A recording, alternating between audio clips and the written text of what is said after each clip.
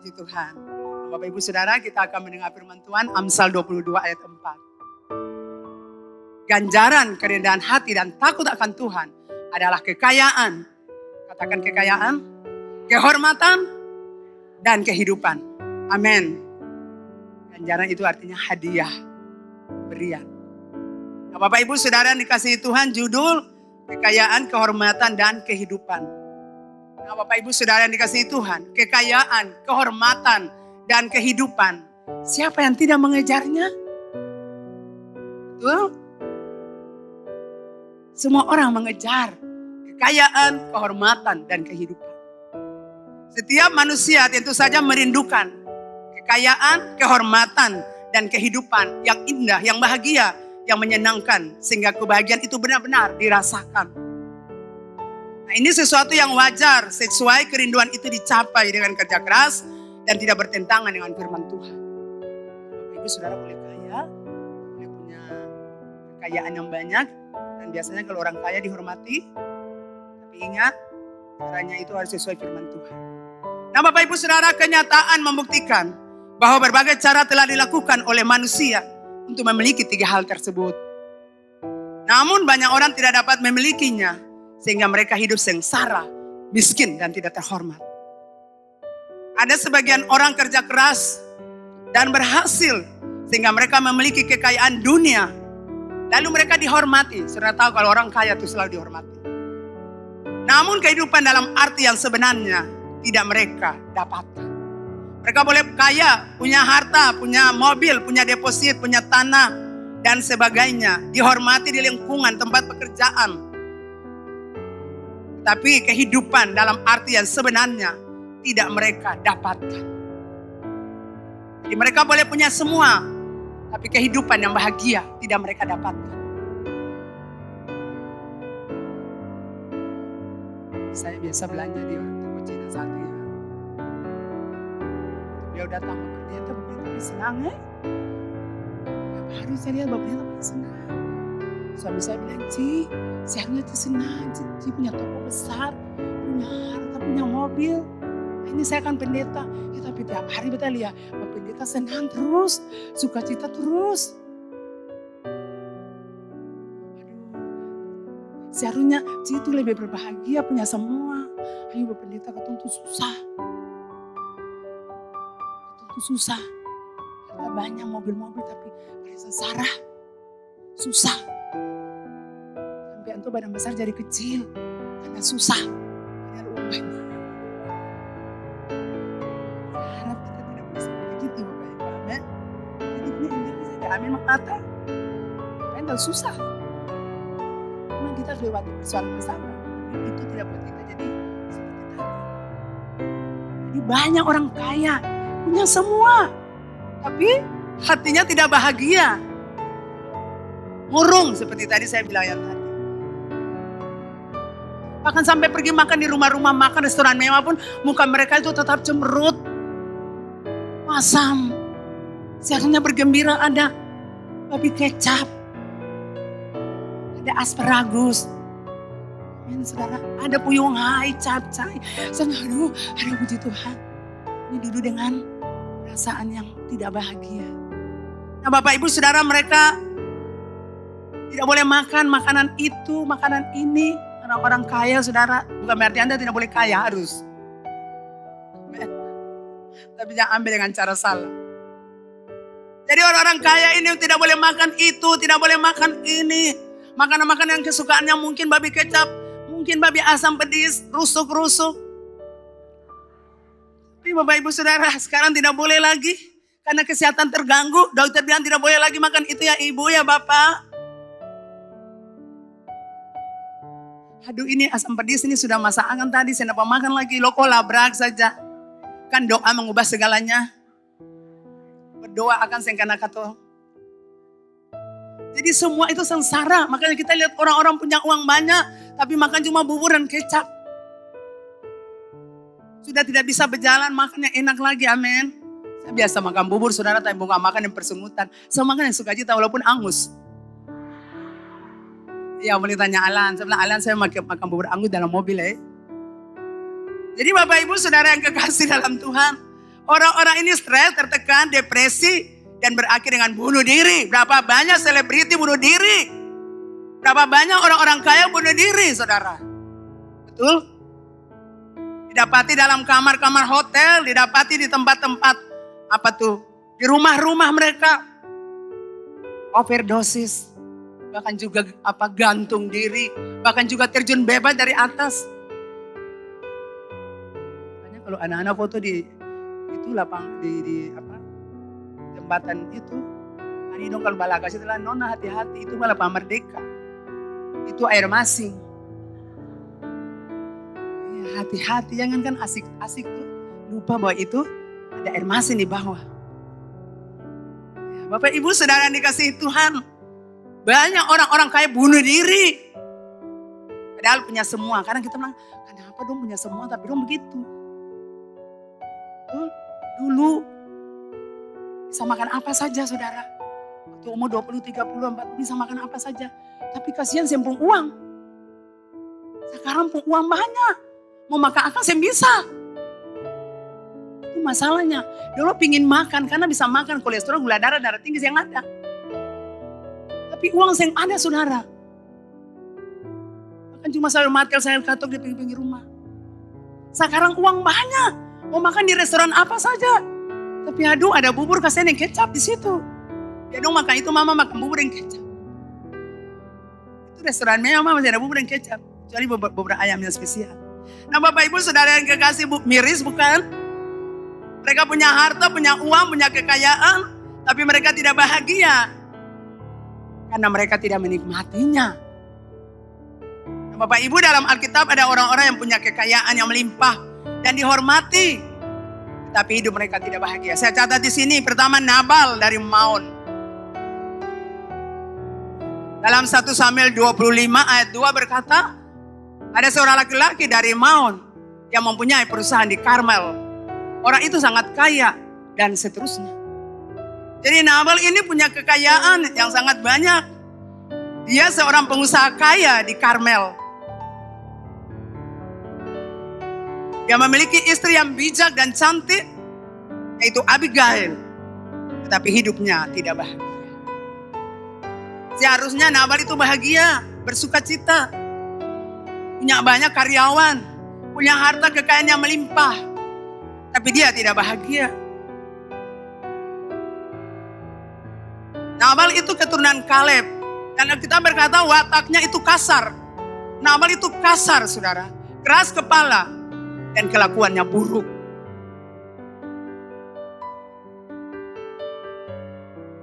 Satu Samuel 25 ayat 10 sampai 11 berkata, waktu Daud menyuruh anak buahnya datang kepadanya, menanyakan kesehatannya, dan meminta supaya dia bisa memberikan mereka roti atau apa yang ada pada mereka. Tapi saudara lihat, Nabal menjawab mereka, siapakah Daud? Siapakah anak Isai itu? Waktu mereka kata ini, Daud menyuruh kami datang, katakan selamat. Perusahaan Bapak maju, selamat.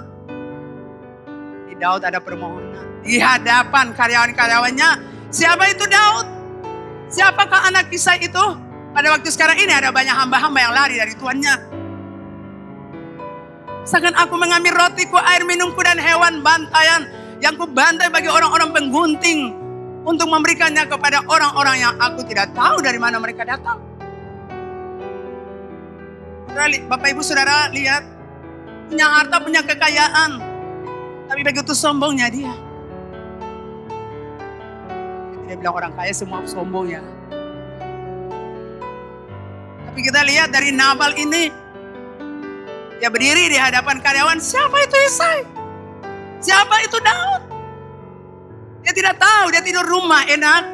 Tetapi Daud dan prajuritnya yang 600 orang menjadi tembok bagi dia punya kambing domba dan segala tetebengnya binatang-binatang itu.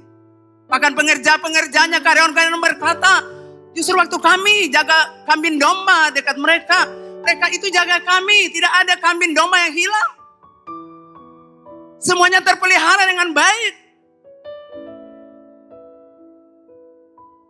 Lalu dengan sombongnya dia berkata, siapa dia?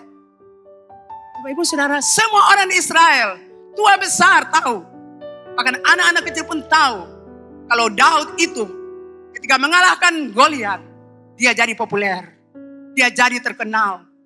Wanita-wanita menyanyi. Betul Saudara? Saul cuma bunuh beribu-ribu. Tapi Daud berlaksa-laksa. Itu nyanyian-nyanyian yang dinyanyikan. Bagaimana mungkin Nabal ini tidak mengenal Daud? Betul Bapak Ibu Saudara? Dalam kesombongannya dia menghina. Biasa kalau orang sombong itu suka hina orang. Masakan aku harus memberikan minumanku, rotiku, dagingku untuk dia. Orang yang tidak aku kenal asal usulnya.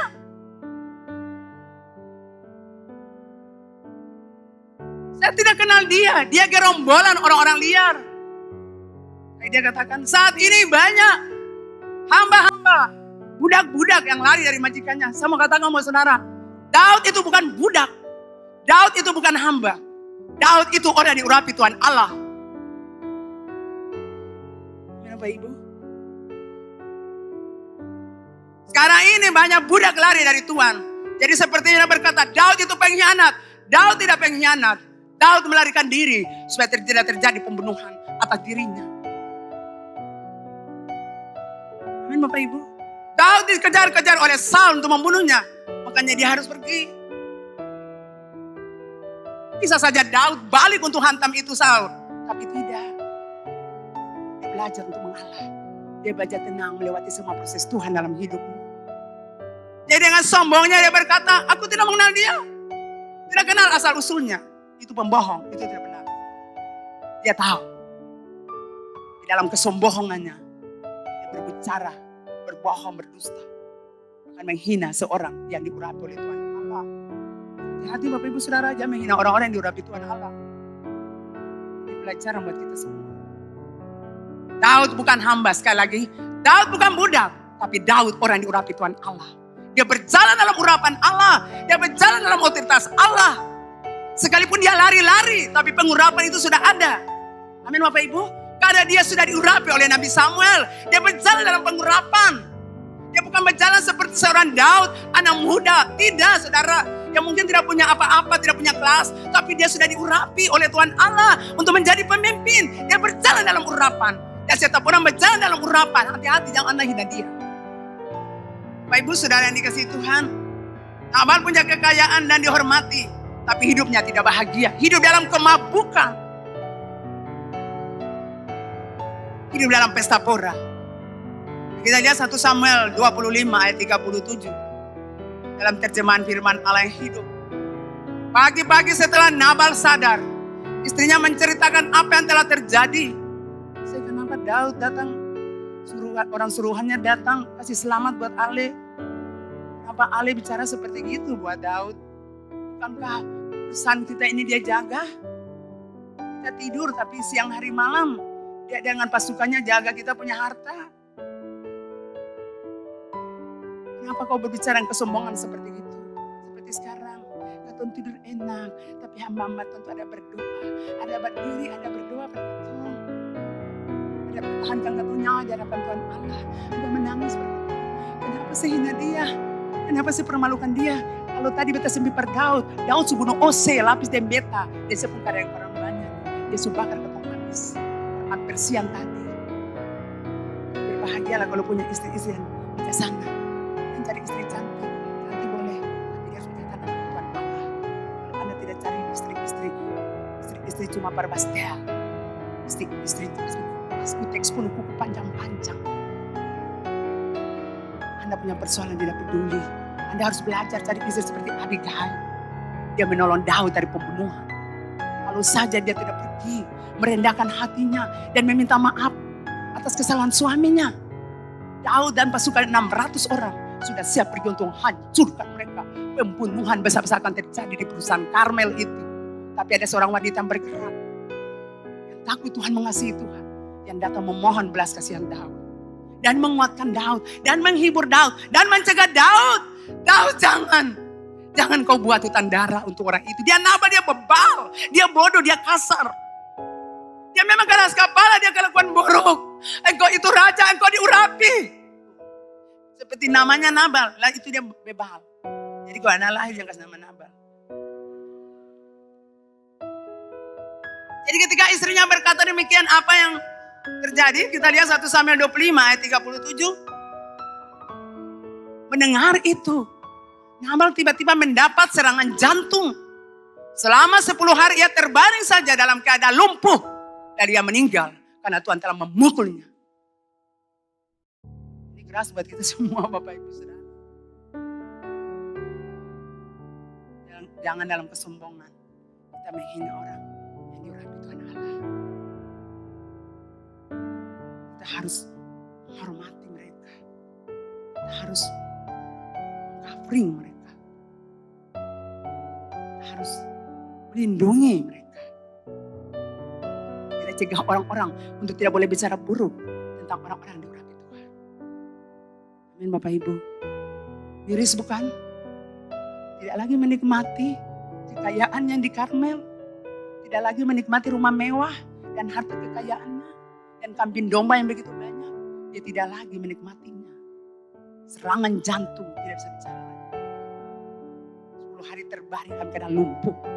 Itu hukuman bagi orang-orang yang dalam kesombongan menghina dan mempermalukan orang-orang yang diurapi Tuhan Allah. Ibu saya diberkati.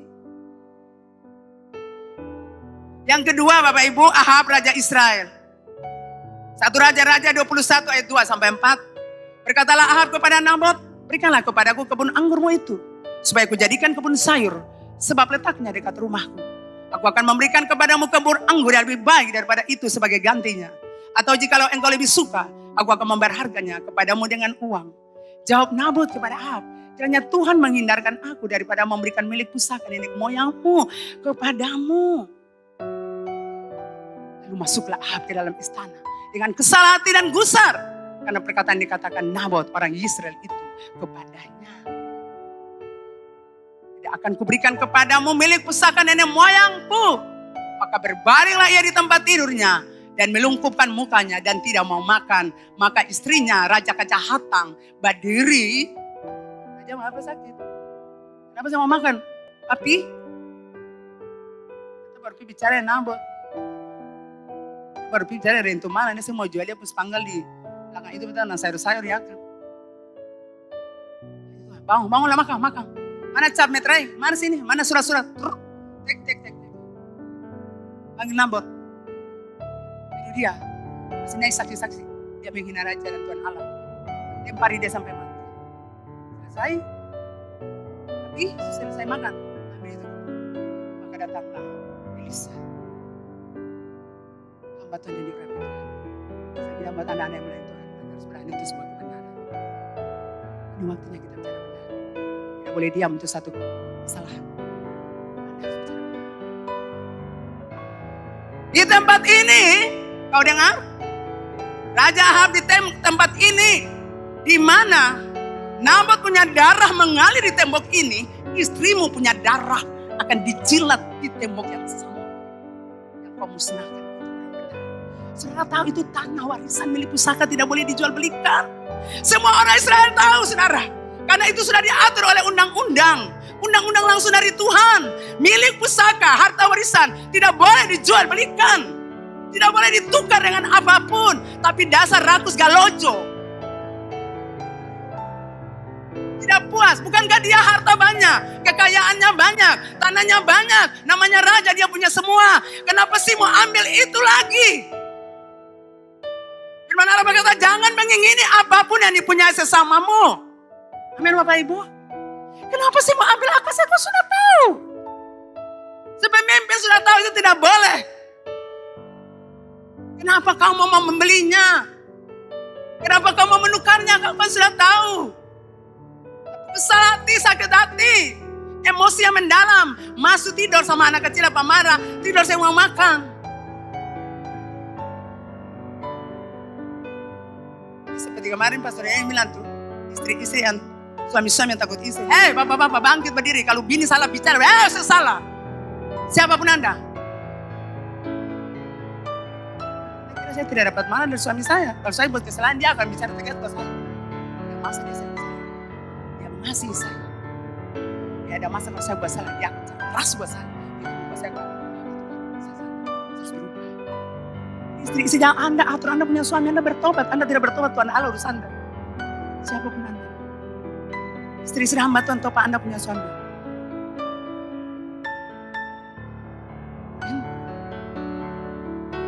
Jangan menguasai suami Anda. Jangan mendominasi suami Anda. Jangan menjajah dia, jangan menguasai dia. Dia itu kepala dalam rumah tangga. Anda harus menghormati dia. Amin. Supaya jadi contoh bagi anak-anak muda yang ada di gereja kalau menikah. Bagaimana mereka menghormati karena Anda telah menunjukkan rasa hormat kepada suamimu. Anda bagaimana ajar orang hormati suami, padahal Anda sendiri tidak hormati suami. Itu nonsen. Amin. Jadi jangan dominasi suami Anda. Jangan bicara buruk tentang dia di depan orang-orang. Dominasi suami Anda itu tidak boleh. Mengatur suami Anda itu tidak boleh. Kalau dia minta pendapat baru Anda bicara. Kalau selama tidak, jangan Anda campuri.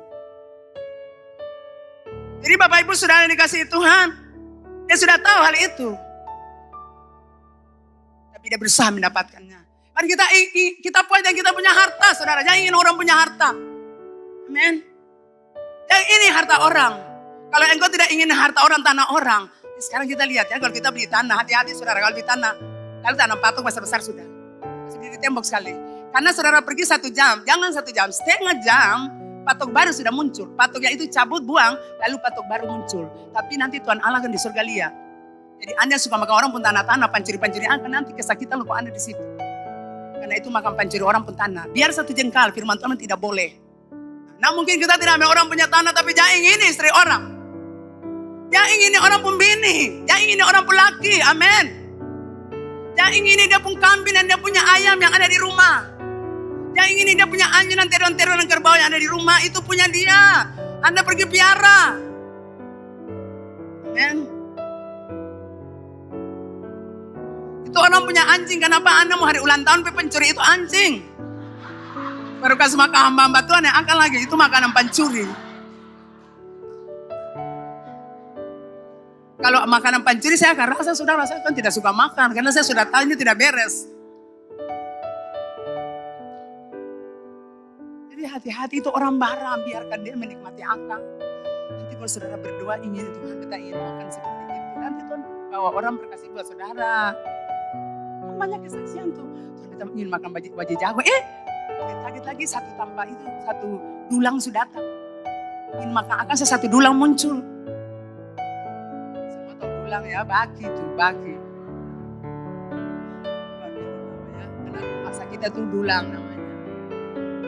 Bukan tulang, dulang.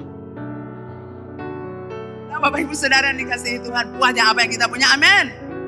Sudah lihat orang-orang di luar sana punya suami, punya istri, tapi pikirnya laki-laki lain kembali.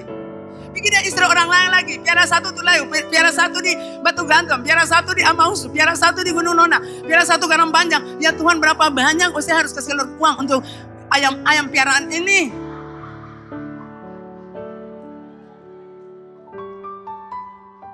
Tapi saya percaya di sini tidak ada, saudara. Jadi jangan kalau aja orang pembini, biar dia GP-GP mata pesela, jangan. Biar dia kirim WA lagi, jangan saudara. Sayangi istri Anda. Buat istrimu bahagia.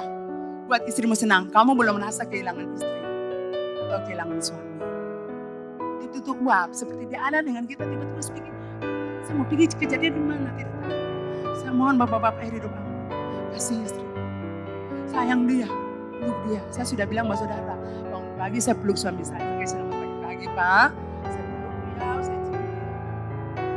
Setelah itu beliau mau pergi, saya cium lagi Pak. Tuhan Yesus berkata, saya cium lagi pipi kiri kanan. Saya buka pintu lagi, keluar baru saya buka. Tuhan Yesus berkata, dia sukses. Iya. Saya tutup pintu pagar baru saya masuk. Saya lagi saya. Coba peluk suami Anda. Jangan sumati baru saya datang peluk-peluk dia. Itu air keras logo dia pemuka. Dia suka ras.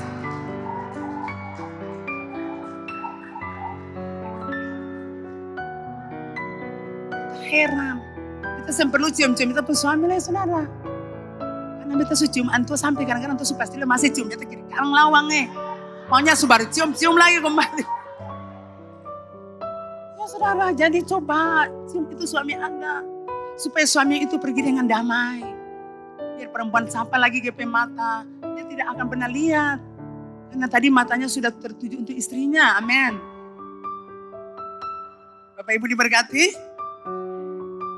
Jadi yang laki-laki nggak sama laki-laki sah. Yang nggak lojo yang nggak lojo orang pembini. Amin. Saya percaya di sini tidak ada. Saya percaya saudara. Tapi di luar-luar sana banyak.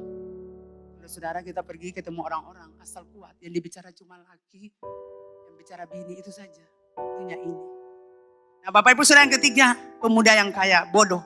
Pemuda kaya yang bodoh. Matius 19 ayat 21-22. Kata Yesus kepadanya, jikalau engkau hendak sempurna, pergilah, jualah segala milikmu dan berikanlah itu kepada orang-orang miskin, maka engkau akan beroleh harta di surga. Kemudian datanglah kemari, ikutlah aku. Ketika orang muda itu mendengar perkataan itu, firman Allah berkata, pergilah ia dengan sedih sebab banyak harta. Harta banyak, tapi kehidupannya tidak bahagia. Dia hidup untuk dirinya sendiri, dia egois, dan tidak mau berbagi dengan orang lain. Firman Allah berkata dia pergi dengan kesedihan. Harta banyak, tapi hidup dalam kesedihan. Saudara banyak orang hidup sekarang ini punya kekayaan banyak. Tapi dong hidup dalam kesedihan. Seperti tadi saya bilang, Cian tadi. Harta banyak tuh, uang banyak, mobil, tapi sedih terus, mukanya sedih. Saya belanja lah, ibu-ibu paling senang. Ibu di anak-anak itu senang ya. Sudah senang aja Ci, kau mau bikin apa? Kau mau datang belanja manis-manis. Kau harus senang. Kau harus senang, kita mau pagi Ci, puji Tuhan Ci, bye-bye, sukses ya. Kau tuh saya mungkin, Ci, saya mungkin saudara. Ya, Bapak Ibu diberkati, amin. Bisa senyum kiri kanan. Ya, bila itu beta tuh. Jadi Bapak Ibu Saudara untuk anak-anak muda, Lewi, Tari. Ingat-ingat itu yang suka kerja.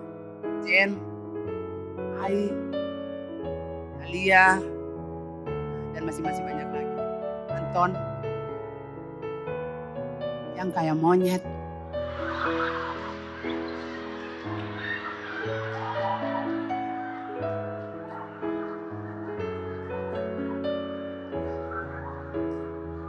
Saudara tahu kalau monyet itu dia makan pisang, dia sampai pernah kasih orang. Dia simpang mati naat. Kalau suka dia tuh kasih uang per orang. Amin. Itu anak-anak sapu-sapu rumbu di gereja tuh lihat kan muka kasihan. Ini balik es krim juga. Ini orang-orang yang parkir-parkir motor di bawah dong kan harus perhatikan dong. Saudara. Itu kasihan. Yehuda dan sampai Rentano tuh kan atur sana atur sini dong pusing.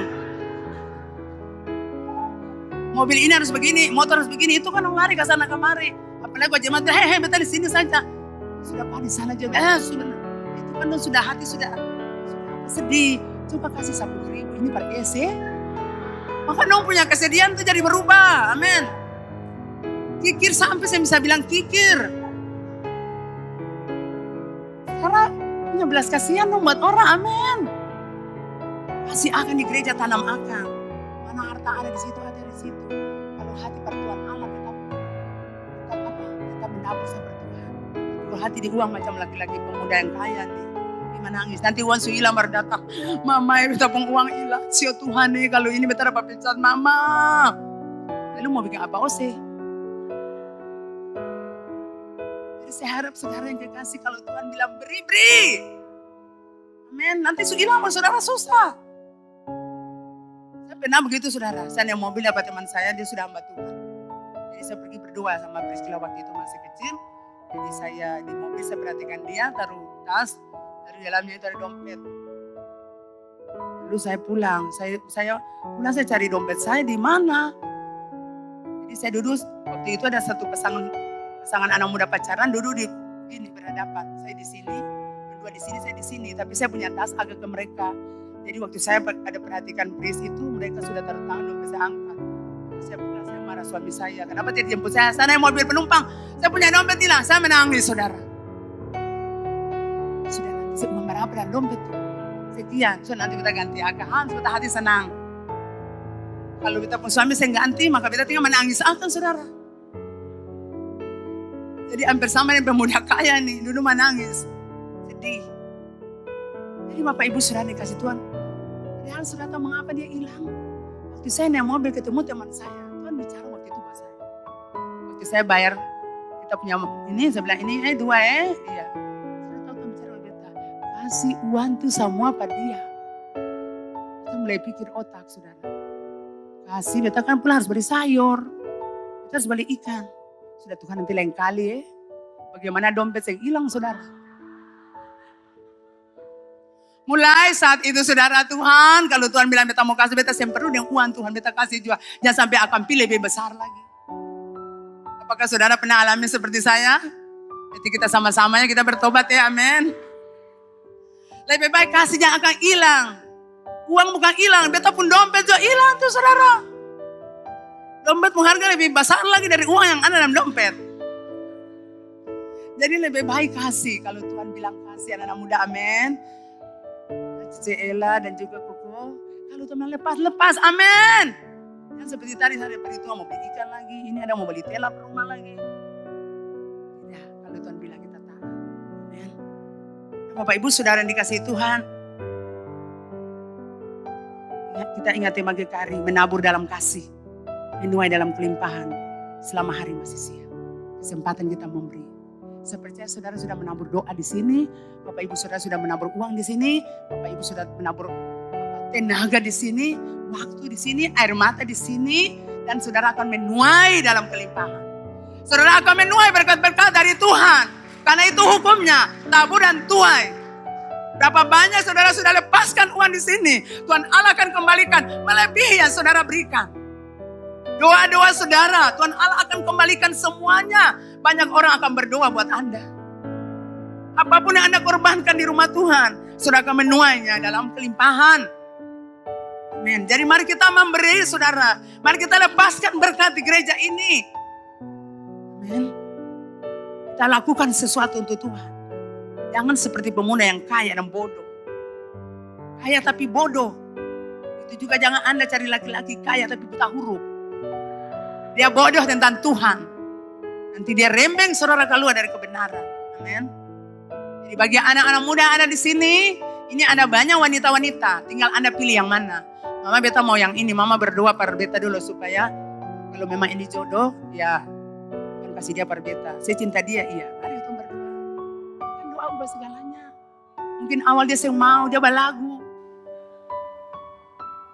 Tapi saya percaya doa itu ubah dia.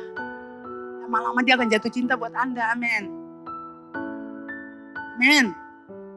Yang cari di luar-luar, kaya tapi bodoh tentang Tuhan. Akhirnya dia ajar saudara bodoh dan menyembah berhala. Amin, top saya bikin tuh. Cari yang ada di sini, Steffi. Amin. Sudah waktu bermenikah, sudah punya pekerjaan. Harus kamu menikah. Lalu cari yang ada di sini. Amin. Saudara orang dari Pantai Pasar Sampurna datang terpusing. Cari yang ada di sini sudah nih. Oke? Ini khusus buat Steffi. Nah Bapak Ibu saudara dikasih Tuhan, saya percaya kita diberkati, amin. Jadilah pemuda kaya, suka memberi. Amin. Anak-anak muda bilang, saya pemuda kaya. Tapi saya suka memberi. Saya suka memberi. Saya suka memberi. Katakan, saya kaya. Anak-anak muda bilang, beta kaya. Beta orang kaya. Tapi beta murah hati. Katakan amin. Nah, Bapak Ibu Saudara, Amsal 22 ayat 14. Melalui Raja Salomo Tuhan berfirman. Perhatikan Bapak Saudara, Tuhan berfirman. Kekayaan, kehormatan, dan kehidupan adalah ganjaran atau hadiah atau pemberian dari Tuhan. Orang dunia kejar akan saudara. Orang dunia siang hari malam cari akan. Tapi Tuhan Allah bilang dalam Amsal 22 ayat 4. Melalui Raja Salomo, kekayaan, kehormatan, kehidupan. Itu ganjaran, itu hadiah, itu upah. Dari saya, dari Tuhan. Yang kedua, Tuhan memberikan 3 hal ini sebagai hadiah kepada orang yang mana? Orang rendah hati dan orang yang takut Tuhan. Amin, katakan amin. Jadi orang dunia kejar harta dunia ini. Orang dunia sehari malam memikirkannya. Orang dunia ini berusaha dengan segala macam cara untuk mendapatkan kekayaan, kehormatan, dan kehidupan. Tapi pagi ini Tuhan Allah bilang, kalau kamu hidup rendah hati, kalau kamu hidup takut Tuhan Allah, maka aku kasih itu sebagai bonus, sebagai hadiah, sebagai pemberian. Wow, apakah Anda tidak senang? Orang dunia kejar kekayaan itu. Orang dunia kejar untuk dihormati dan dihargai. Dan kehidupan yang bahagia. Punya harta kekayaan, tapi buktinya mereka tidak bahagia. Tapi aku kasih kamu kekayaan untuk kamu nikmati. Aku buat kamu jadi orang terhormat. Dan aku kasih kamu kehidupan. Di dalam kehidupan itu kamu bahagia, kamu senang, kamu sukacita bersama istri dan anak-anakmu dan isi rumahmu. Berbeda saudara dengan orang dunia yang mengejarnya. Mereka dapatkan tapi mereka tidak bahagia. Di luar Tuhan Allah tidak ada kebahagiaan. Mungkin Anda lihat orang posting, dong bahagia pergi sana sini. Tidak, saya mau bilang. Di luar Tuhan Allah tidak pernah orang bahagia. Sekalipun dia punya kekayaan mewah, dia punya harta banyak. Jalan sana sini luar negeri. Tapi itu tidak menjamin dia bahagia. Karena bahagia itu ketika Tuhan Yesus ada dalam hidup kita. Itu yang membuat kita bahagia. Dan Bapak Ibu, Tuhan mengasihi kita. Kita mengatakan bahwa ada dua kunci utama untuk memperoleh kekayaan, kehormatan, dan kehidupan. Yaitu kerendahan hati dan takut akan Tuhan. Jadi untuk dapatkan kekayaan, kehormatan, kehidupan, ada dua hal. Yang pertama, rendah hati dan takut akan Tuhan. Wow, itu luar biasa Bapak Ibu.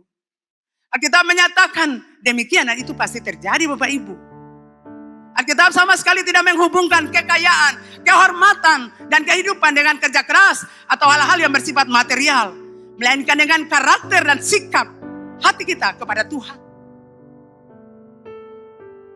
Jadi Bapak Ibu Saudara perlu memutuskan untuk hidup dalam kerendahan hati dan takut akan Tuhan. Bapak Ibu Saudara harus buat pilihan. Saya mau hidup takut Tuhan atau tidak. Saya mau hidup rendah hati atau tidak. Itu pilihan Bapak Ibu. Dan semua keputusan itu ada pada Bapak Ibu Saudara. Kalau Bapak Ibu Saudara hidup takut Tuhan, rendah hati, maka 3 hal itu menjadi bagianmu. Ingat saya bilang sekali lagi, orang dunia mengejarnya, tapi Tuhan Allah kasih sebagai bonus, sebagai hadiah, sebagai pemberian. Amin. Ketika sudah hidup takut Tuhan, ketika sudah menghormati Tuhan, ketika sudah hidup rendah hati, sadari bahwa Tuhan betani sapa. Sampai Tuhan berkata betani kelimpahan ini, pembelai yang kasih ini kekayaan, sehidup kelimpahan. Amin. Orang-orang minta buat mereka hormati kamu di kantor-kantor. Kamu berada, orang-orang akan hormati kamu. Orang-orang gila hormat tapi kamu tidak. Aku buat orang-orang menghormati kamu. Dan aku buat hidupmu bahagia. Bahagia itu bukan uang banyak. Bahagia itu bukan rumah mewah, mobil banyak, deposito banyak. Tidak. Bahagia itu di sini. Di sini saudara. Bahagia itu di sini. Bukan dengan emas banyak pada kita. Bahagia tidak. Teman-teman saya ada beberapa kali ya teman saya di sini mas di sini paling banyak sekali seperti berjejer tangan-tangan ini. Saya tetap teman saya baru berbicara sekali cuma saya bilang kasihan sekali dia berpikir bahwa harta ini puaskan dia, tapi hanya di sini. Setelah kita berjumpa Tuhan, kita hidup dalam kasih Tuhan. Bukan berarti saya ada masalah belum banyak. Tapi masalah membentuk karakter kita untuk tetap mencari Tuhan. Dan ketika cari Tuhan, itulah kebahagiaan di situ. Kebahagiaan kita yaitu berjumpa Tuhan. Kalau Anda tidak punya masalah, Anda rasa hidup itu seperti hambar. Tapi ketika masalah datang tanpa Anda undang, kaget-kaget masalah datang, Anda tidak nyaman. Situasi ini membuat Anda datang kepada Tuhan. Dan Anda akan menikmati kebahagiaan. Melebihi orang-orang yang punya harta. Jadi sekali kekayaan bukan di sini uang. Yang Anda berpikir saya mau kawin dengan pemuda yang kaya karena dia punya uang banyak. Saudara, uang tidak bisa puas saudara. Amin. Coba Anda makan di restoran-restoran mewah. Lalu Anda bilang, aduh pacar itu baik. Tidak seperti gitu saudara. Karena bahagia bukan masuk rumah makan restoran mewah. Makan di itu bakso-bakso juga bahagia. Karena kebahagiaan itu di hati. Amin. Tuhan bilang kalau saya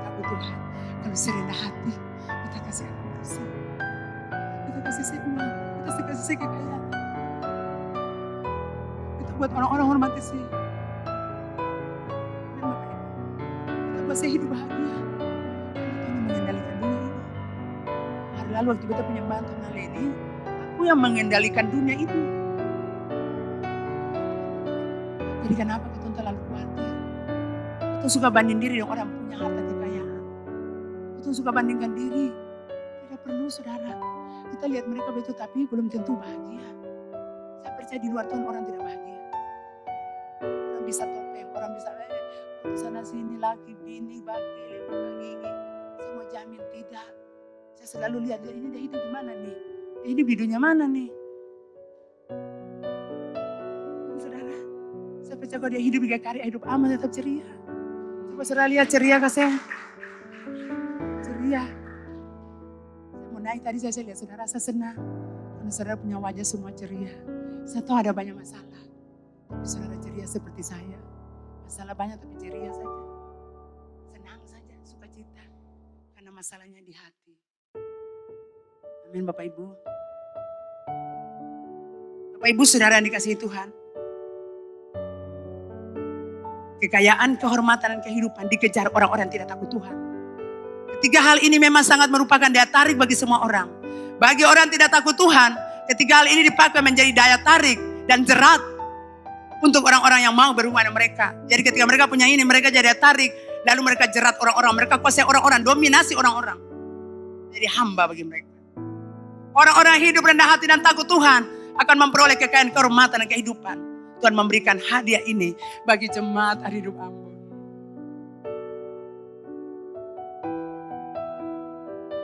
Tuhan kendalikan dunia.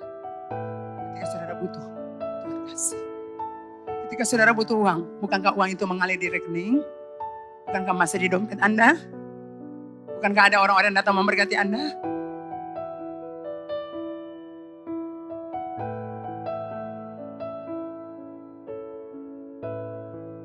Orang-orang yang hidup rendah hati dan takut Tuhan memperoleh itu. Tuhan kasih bagi hadiah. Kerendahan hati tidak hanya merupakan sikap hati dalam menerima pengajaran tentang kebenaran firman Tuhan. Kerendahan hati juga merupakan sikap hati dalam menerima dan menyambut hamba-hamba Tuhan yang menyampaikan kebenaran firman Tuhan. Jadi kerendahan hati bukan saja kita sikap hati untuk menerima firman itu, tetapi juga sikap hati kita dalam menerima dan menyambut hamba-hamba Tuhan yang menyampaikan kebenaran itu. Amin. Amin Bapak Ibu. Jangan hamba Tuhan datang bicara buat Anda jadi hamba Tuhan untuk khotbah hamba Tuhan. Hamba Tuhan itu datang untuk doakan Anda, nasihati Anda. Amin. Banyak orang datang mau bicara lagi tuh suhut bakat Tuhan. Tuhan kadang-kadang pikir siapa yang jemaat, siapa yang hamba Tuhan nih.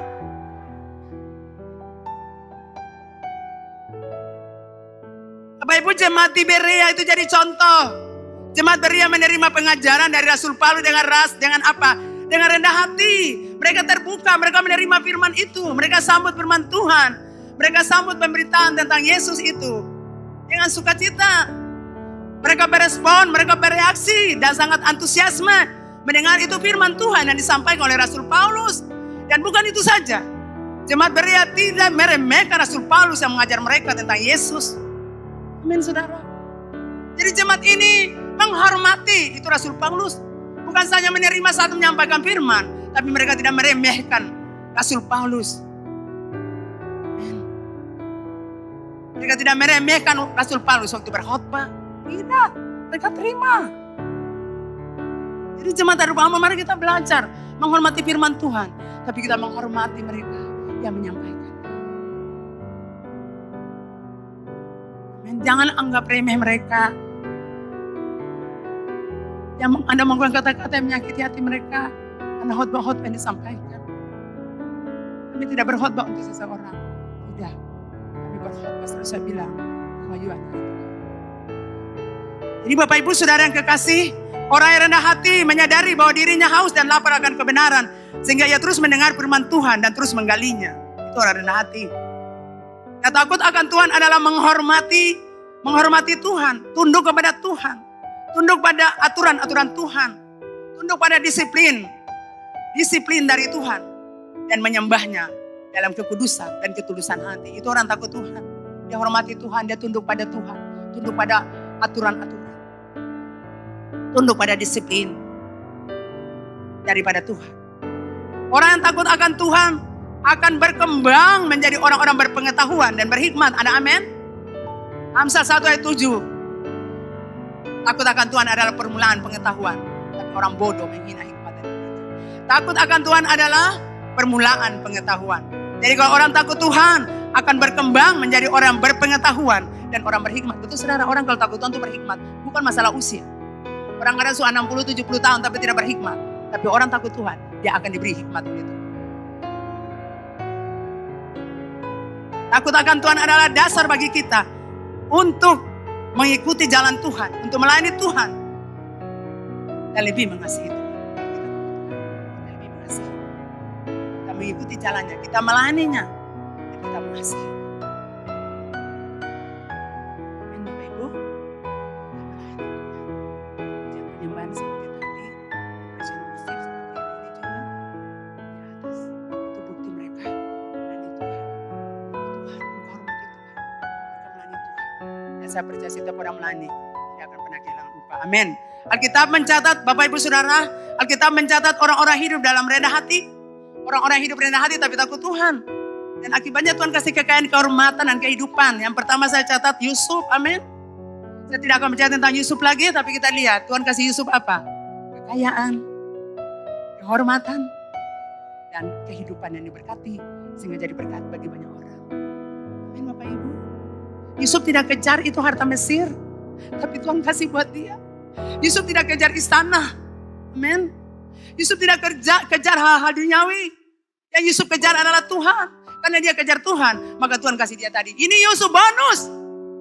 Kamu tidak terlibat dengan kompromi dosa dengan saudara-saudaramu. Kamu tiap hari digoda terus oleh perempuan perayu itu. Tapi kamu jaga hidup bersih. Kamu taat. Makanya Yusuf bilang, bagaimana mungkin aku berdosa kepada Tuhanku? Bagaimana mungkin aku sakiti Tuhanku? Bagaimana mungkin Tuhan terluka melihat perbuatan aku dan engkau istri orang? Itulah sebabnya Tuhan bilang, Yusuf ini kekayaan buat kamu. Ini jabatan buat kamu. Yusuf dihormati di Mesir, saudara. Yusuf punya pengaruh di Mesir. Dia bayar mahal harga untuk hal itu. Makanya ketika Anda hidup takut Tuhan, ketika Anda hidup merendah hati, maka Tuhan akan kasih Anda kekayaan, kehormatan, dan kehidupan yang bahagia. Tidak perlu cari akal. Bukan berarti kita perlu kerja. Kita harus kerja. Tapi hal-hal itu kejar kita. Kesuksesan kejar kita. Harta kejar kita. Promosi kejar kita. Amin. Jadi bukan berarti duduk-duduk saja rendah hati lalu takut Tuhan lalu akan datang. Tidak. Itu dibayar mahal. Contoh Yusuf. Yang kedua, saat dan Abednego itu tidak gampang. Saudara, ada di budaya orang Mesir yang menyembah berhala. Firman Allah berkata mereka ada di Mesir. Daerah penyembah berhala, tapi mereka tidak menyembah berhala. Kalau kita ada satu tempat budaya situ kita harus ikuti. Betul saudara? Ini kan budaya. Ini kan budaya kita harus ikuti. Saya mau bilang, budaya itu bertentangan dengan firman Allah. Amin. Makanya mereka mau makan, oh tidak. Mereka sudah tahu. Ini makan-makanan diserahkan ke dewa dulu, baru kasih kita makan supaya kita pintar. Oh tidak, kepintaran itu dari Tuhan Allah, bukan dari makan makanan ini yang dipersembahkan kepada dewa. Betul Bapak Ibu Saudara, khususnya anak-anak muda, ingat baik-baik. Jangan Anda pikir budaya itu firman Allah. Firman Allah. Budaya tunduk pada firman Allah. Apapun budaya tempat mana Anda pergi, Anda tidak boleh tunduk pada budaya itu. Anda harus tunduk pada firman Tuhan. Itu contoh Sadrak Mesak Abednego. Ada di daerah penyembah berhala, tapi tidak menyembah berhala. Ingat, kita sudah ditebus dengan darah Yesus. Dan kita kembali ke tempat itu. Tradisi apapun, kepercayaan apapun yang kita orang tua anut, biarkan itu sampai di mereka, tidak boleh turun untuk kita. Amin semua sayang. Jadi kalau kawin di sini jam pulang lagi, di leti mau lakur lagi, bikin segala macam cara di sana kembali lagi. Amin. Perempuan-perempuan kalau mau kawin yang orang-orang punya adat bilang kawin di hari hidup Ambon pengucapan syukur selesai. Anda pulang di kampung mau bikin kain tanpa cuci apa tuh kaki segala macam titik BG itu dulu saudara dulu. Tidak boleh dipikir untuk Kita sudah ditebus dengan darah Tuhan Allah. Darah itu mahal. Ngapain kita kembali lagi? Anda harus bicara untuk mama, papa, mama dan papa juga. Beta sudah terlepas. Harus bicara begitu. Seperti saya dan suami saya, mama, kita sudah percaya Tuhan Yesus, kata saya nak penan saya, saya belum bawa kain tampak tuh, saya belum bawa itu kain berkat tuh, saya belum bawa. Dalam nama Yesus kita tidak akan hubungan yang hal itu. Beta murid Tuhan, beta penyembah Tuhan, bukan penyembah berhala. Ibu berani bilang begitu? Berani? Mama Ellen saya bilang berani, Mama Ellen, Bapak Roni, yang lain saya kuat. Jadi budaya Mesir tidak mempengaruhi mereka. Amen. Jadi anak-anak muda jadilah seperti Sadrak, Mesak, Abednego. Seperti Daniel. Sudah tahu Sadrak, Mesak, Abednego memiliki kedudukan tinggi dalam kerajaan Mesir. Bahkan Daniel 3 kali pemerintahan. Pergantian raja-raja sampai 3 kali. Daniel ada di situ. Bahkan waktu dia memberikan arti mimpi pun. Ini Daniel, kami kasih kamu hadiah. Tidak. Tahan Tuanku, aku sudah punya. Aku tidak butuh. Dia pikir sogo-sogo Daniel untuk bilang itu penglihatan. Tidak. Aku sudah punya. Sudah lihat kalau orang hidup takut Tuhan rendah hati. Tuhan kasih kekayaan. Tuhan kasih kedudukan. Tuhan kasih harta. Tuhan kasih jabatan. Tuhan kasih kehormatan. Dihormati. Sadrak, Mesak, Abednego, Daniel. Dihormati di kerajaan Mesir. Bahkan Yusuf yang sama juga. Di kerajaan Babylon. Di kerajaan Babel. Sadrak, Mesak, Abednego, Daniel. Merupakan orang-orang penting dalam kerajaan. Demikian juga Yusuf di Mesir. Bapak Ibu Saudara yang kekasih dalam Tuhan, sudah mau hampir selesai nih. Masih bisa bertahan? Di sana amin dan sini susah. Nah Bapak Ibu Saudara yang terakhir saya catat. Ini dari seorang penyanyi ya. Namanya George Beverly Shea. Beliau adalah penyanyi dan komposer himne Amerika. Dan beliau adalah kelahiran Kanada. Shea sering digambarkan sebagai penyanyi Injil Amerika dan dianggap sebagai penyanyi internasional pertama dari dunia Injil sebagai konsekuensi dari solonya dalam acara KKR Billy Graham dan paparannya di radio, rekaman, dan televisi. Saudara bayangkan, orang ini sangat terkenal pada zaman itu, saudara. Bukan saja di Kanada, di Amerika, tapi internasional. Itu semua bermula. Anak muda dengar. Ketika dia berusia 23 tahun. Penyanyi dengan suara bariton yang mengagumkan ini. Dia punya suara bariton seperti apa Pastor Ewin? Jadi saudara bisa bayangkan. Suaranya itu geger Amerika dan dunia internasional. Seorang George Beverly Shea mengguncang Amerika pada saat itu. Sudah tahu pada usia 23 tahun. Dia memutuskan. Apa yang dia buat keputusan? Memilih Tuhan Yesus. Dan menolak yang namanya dunia. Dia tidak terlibat dengan kehidupan dunia. Dia ambil keputusan pada usia 23 tahun. Saya mau ikut Tuhan. Saya mau melayani Tuhan. Saya memilih Yesus. Saya tidak akan hidup dunia. Saya tidak akan hidup mengikuti kehidupan duniawi di usia 23 tahun. Biasa 23 tahun juga bertobat, saudara. Biasa 23 tahun. Dia ambil keputusan, dia ambil komitmen. Saya ikut Tuhan, saya mengasihi Tuhan, saya akan melayani Tuhan.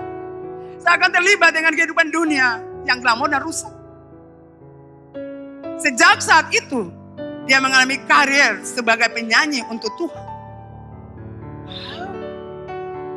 Di usia 47 tahun, selama 60 hari berturut-turut, Shea menyanyikan lagu How Great Thou Art dalam acara KKR Billy Graham. Tidak ada wow.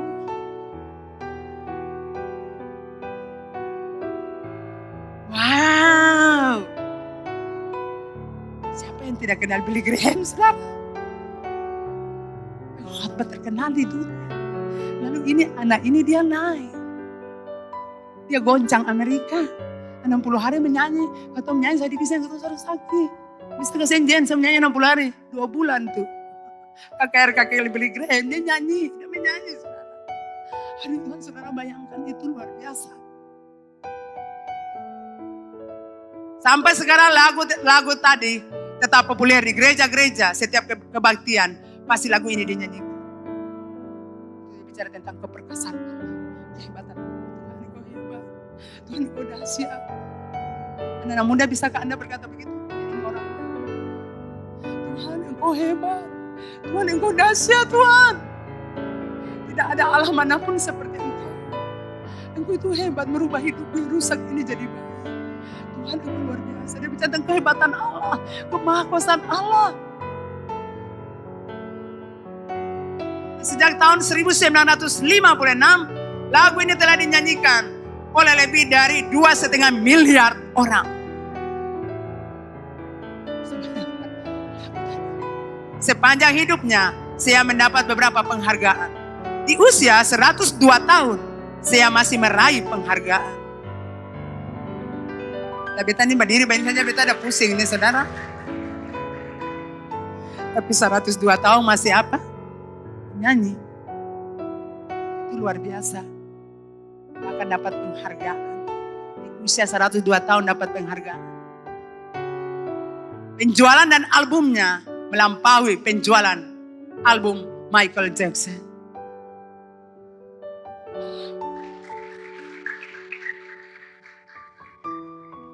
Itu luar biasa saudara.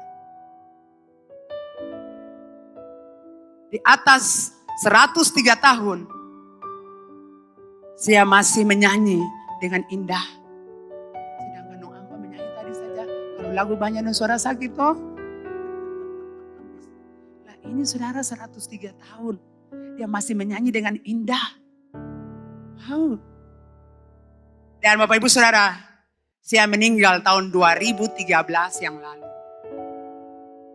Di usia 104 tahun.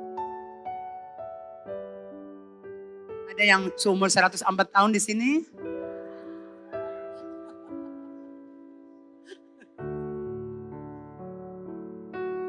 Bapak Ibu Saudara perhatikan sejarah hidupnya. Anak-anak muda perhatikan sejarah hidupnya dan engkau belajar. Kita harus selalu belajar dari sejarah. Jangan lupakan sejarah saudara. Apa yang Anda mau ambil dari orang ini? Keputusan yang tepat di usia 23 tahun. Membawa kepadanya kehormatan, kekayaan, dan kehidupan yang bahagia. Kehidupan yang menyenangkan. Maukah Anda seperti itu anak muda? Buat keputusan, saya tidak mau hidup berdosa. Saya tidak mau hidup gaya hidup orang dunia. Saya tidak mau hidup budaya orang dunia. Saya tidak mau. Saya mau mencari Tuhan. Saya mau mengasihi Tuhan. Saya mau melayani Tuhan. Karena keputusan ini, komitmen ini, makanya dia jadi populer, saudara. Dia mengalami karir sebagai penyanyi Tuhan yang sangat terkenal, menggoncang Amerika dan internasional. Anak muda ke karya hidup Ambon, Tuhan berbicara terus buat Anda. Bahwa Anda perlu belajar dari orang ini. Tinggalkan hidup berdosa. Anda sudah ditebus. Berhenti hidup berdosa. Kalau tidak Anda cari kekayaan, Anda dapat. Tapi Anda tidak akan bahagia. Saya jamin Anda tidak bahagia. Karena kekayaan dan kehormatan dan kehidupan yang bahagia Tuhan Allah kasih untuk orang yang rendah hati dan orang yang takut Tuhan Allah. Jadi berhenti hidup berbuat dosa anak muda. Tuhan mengasihimu, Tuhan sayang padamu. Tuhan mau kasih kamu kekayaan, Tuhan mau kasih kamu jabatan, Tuhan mau kasih kamu hal-hal besar. Jadi tinggalkan hidup dunia, gaya hidup dunia, budaya dunia. Tinggalkan itu, saudara. Ambil keputusan seperti siapa? Saul Persia. Keputusan itu ubah dia menjadi orang terkenal di dunia sampai akhir hidupnya. Penghargaan lepas penghargaan Tuhan kasih buat dia ketika komitmen untuk untuk hidup tinggalkan dunia dan hidup lagi. Saudara, gereja ini gereja banyak. Melayani Tuhan di gereja. Apa yang bisa Anda kerjakan, kerjakan. Apa yang bisa Anda buat di gereja, buat itu. Saudara lihat penyanyi-penyanyi terkenal itu yang ada sekarang di Indonesia. Itu dimulai dari gereja. Tapi waktu mereka keluar bergaul dengan gaya hidup dunia, mereka lupa gereja. Mereka lupa Tuhan. Tapi saya harap jemaat hidup Ambon, khususnya anak muda, kamu terus melayani Tuhan. Kamu melayani Tuhan dalam kekudusan. Tinggalkan gaya hidup dunia. Supaya Tuhan buat jalan hidup. Kamu akan kaya. Tapi kamu dihormati dan kamu akan bahagia. Semua orang ingin hidup bahagia di muka bumi. Semua keluarga ingin hidup bahagia. Suami istri ingin hidup bahagia. Untuk apa hidup bertahun-tahun, tapi pertengkaran dalam rumah tangga. Tapi masalah dalam rumah tangga yang akhirnya membawa perpecahan, yang akhirnya membawa kepada perceraian dan kematian. Saya menghibah engkau anak muda. Cari Tuhan. Kalau Sadrak bisa, Anda bisa. Kalau Yusuf bisa, Anda bisa. Cuma Anda berkeras hati untuk tidak. Anda senang hidup berdosa. Makanya Anda kehilangan banyak hal. Promosi-promosi untuk Anda, Tuhan kasih buat orang lain. Jabatan-jabatan yang memang khusus untuk Anda, tapi Tuhan kasih untuk orang lain. Beasiswa yang mungkin Anda dapatkan, tapi Tuhan tidak kasih buat Anda. Tuhan kasih buat orang lain. Saya pernah berbicara dengan Pastor Ana tolong orang ini. Tolong berkati dia. Berikan sekian buat dia, Pastor Ana tidak pergi-pergi. Saya mendengar berita, dan saya bilang kenapa jadi begini? Kenapa kita mau pergi tolong dia, tidak jadi. Ini tidak beres. Tidak beres dengan orang ini. Saudara, di gereja ini kami ajar saudara untuk hidup beriman. Artinya Anda harus datang kepada Tuhan dan meminta pertolongan Tuhan. Sudah tahu kalau kami mau bangun gereja dulu, kami sering pergi bawa itu. Surat bukan kami ya, semualah. Sinode, Guru juga tuh pernah. Bawa itu surat-surat apa dulu tuh. Minta bantuan-bantuan dari Sinode. Apa Ibu Dina? Proposal. Sampai Ibu Kuri pernah minta maaf, kecewa itu. Semua kami berpikir Sinode pasti tolong kami. Karena mereka punya uang yang banyak. Tapi apa yang diajarkan buat kami? Berdoa. Karena mereka orang tua kami. Mereka mau ajar kami untuk berdoa. Nanti mereka kasih kami. Tapi mereka ajar kami harus berdoa. Dengan berdoa dia mujizat. Dengan berdoa kita lihat hal besar. Bukankah pemimpin kami ajar kami untuk tidak begitu, tapi mulai berdoa dulu. Karena dengan berdoa pintu surga terbuka. Kita akan dapatkan. Jadi waktu itu banyak orang kecewa. Kenapa sih mereka tidak terbuka? Tapi mereka ajar kami untuk berdoa. Mulai berdoa dan mulai berusaha. Jadi saya bicara kenapa hal ini bisa terjadi. Hati tidak beda dengan orang ini. Kenapa berkat itu sudah ada. Tapi dia tidak dapatkan. Berarti orang ini tidak beres. Saudara, kalau Anda hidup salah, berkat yang Tuhan kasih, Anda tidak dapatkan. Jabatan mungkin sudah ada di tangan, tapi Anda tidak dapatkan. Semua bukan karena pemimpin tidak. Karena kita harus bereskan hidup kita. Apa yang belum beres Tuhan. Saya mau bilang jemaat hidup Ambon, Tuhan mengasihi. Tuhan sayang pada. Bapak mana yang lihat anak-anak menderita dan tidak menolong. Sekalipun kita jahat, Bapak itu tetap sayang kita. Bahkan dari jauh ketika anak itu kembali, Bapak sambut dia, Bapak terima dia. Jadi Bapak mau kita kembali. Bereskan apa-apa yang belum kita bereskan. Supaya kita mendapatkan kekayaan. Kehormatan. Jabatan yang mungkin tertunda. Promosi-promosi yang mungkin tertunda. Bisnis-bisnis kita mungkin tertunda. Kita harus bereskan semuanya. Kekayaan itu akan kejar kita. Kehormatan kejar kita. Promosi kejar kita. Bapak mana yang lihat anak-anak menderita?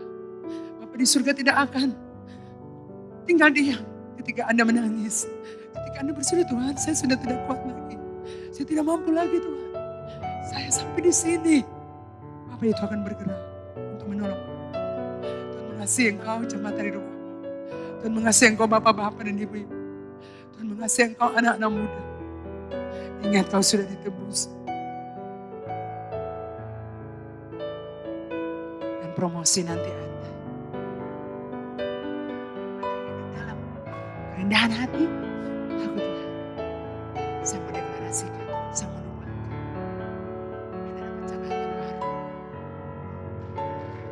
Anda dapat jabatan baru.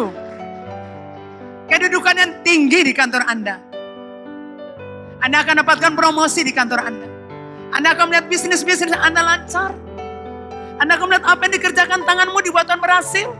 Anda akan melihat kebahagiaan dalam rumah tangga. Anda akan melihat segala kebutuhan dalam rumah tangga semuanya disuplai Tuhan terpenuhi. Hutang-hutang Anda dibebaskan. Sama seperti Tuhan mengampuni kita dan membebaskan kita dari dosa. Semua hutang-hutang kita Tuhan bebaskan. Tuhan itu penghapus hutang. Tuhan akan hapus hutang-hutang kita. Bukan saja Tuhan hapus dosa kita, tapi hutang-hutang kita hari ini. Tuhan katakan, aku hapus semuanya. Aku hapus hutang-hutangmu. Kepada siapa yang kau berhutang dan hutang itu memberatkan kamu, aku hapus hutangmu.